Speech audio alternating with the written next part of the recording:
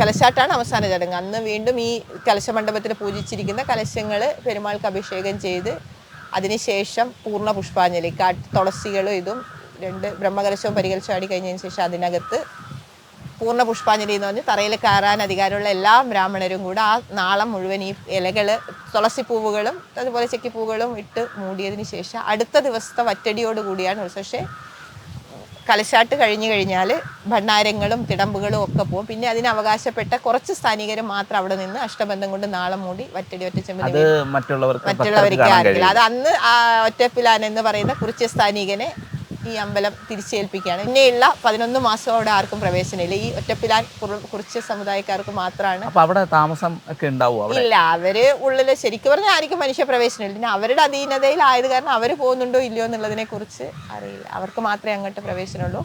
പറഞ്ഞു കേട്ടത് അറിയാതെ ആരെങ്കിലും പോയി കഴിഞ്ഞാൽ അവിടെ അയാളുടെ ഇതിലേക്ക് അയാളുടെ നെഞ്ഞിലേക്ക് കുറിച്യൻ്റെ അമ്പ് കൊള്ളുന്നാണ് പഴമക്കാർ പറഞ്ഞിട്ടുണ്ട്. ആരെങ്കിലും അങ്ങോട്ട് കടക്കാൻ വെച്ചാൽ അത്രത്തോളം അവർ ആ ക്ഷേത്രത്തിന് പ്രൊട്ടക്ഷൻ നൽകുന്നുണ്ടെന്നാണ് കേട്ടത്. ഇന്നത്തെ കാര്യം അറിയില്ല.